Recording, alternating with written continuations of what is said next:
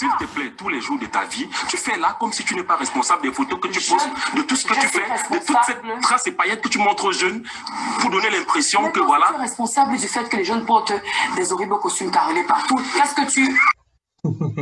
Dans cette vidéo, on a un jeune homme qui fait remarquer à une jeune dame que le fait qu'elle poste des photos d'elle-même sur les réseaux sociaux influence les jeunes filles de manière négative.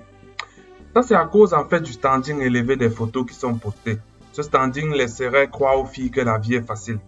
La dame ne se laisse pas faire et réagit en faisant une allusion à la veste de son interlocuteur qu'elle qualifie d'horrible. Cette séquence divertissante et même jouissive nous a bien fait rigoler. On en a tellement ri qu'on ne s'est même pas rendu compte que cette réponse de la dame était en fait une invitation à arrêter d'être des followers passifs. Nous vivons dans un monde dans lequel nous sommes susceptibles d'être influencés par plein de choses.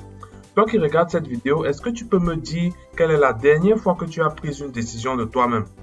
Le téléphone que tu possèdes actuellement, pourquoi c'est cette marque de téléphone que tu as acheté? Tu viens probablement de fêter la Saint-Valentin, mais pourquoi tu fêtais? Est-ce que tu sais même qui était Valentin? Il est très probable que les choix que tu fais au quotidien soient simplement le résultat des influences que tu subis. Cette femme attire notre attention sur le fait que nous devons apprendre à choisir nous-mêmes ce qui est digne d'intérêt pour notre propre bien selon nos besoins et nos ambitions. Il ne s'agit pas de dire que telle chose est bonne ou mauvaise, mais il s'agit d'apprendre à s'armer de suffisamment de jugeote, d'esprit de discernement, d'esprit critique pour savoir reconnaître ce qui est bon pour nous et ce qui ne l'est pas, ce qui nous correspond et ce qui ne nous correspond pas, ce dont on a besoin de ce qui ne nous sert en réalité à rien. Aussi, arrêtons de toujours chercher le coupable ailleurs face à une situation qui ne nous convient pas. Souvent, des événements imprévus surviennent.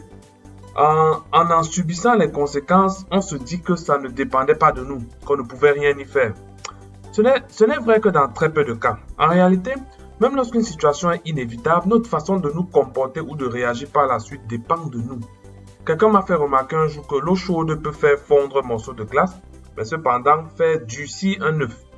Nous devons être responsables. Une très bonne attitude de vie consiste à toujours s'attribuer la responsabilité de sa propre situation, même lorsqu'on a des raisons de l'attribuer à quelqu'un d'autre. Face à une situation, il faut toujours se demander quelle est notre propre part de responsabilité et quelles actions est-ce qu'on peut entreprendre pour s'en sortir ou pour faire évoluer la situation en notre faveur.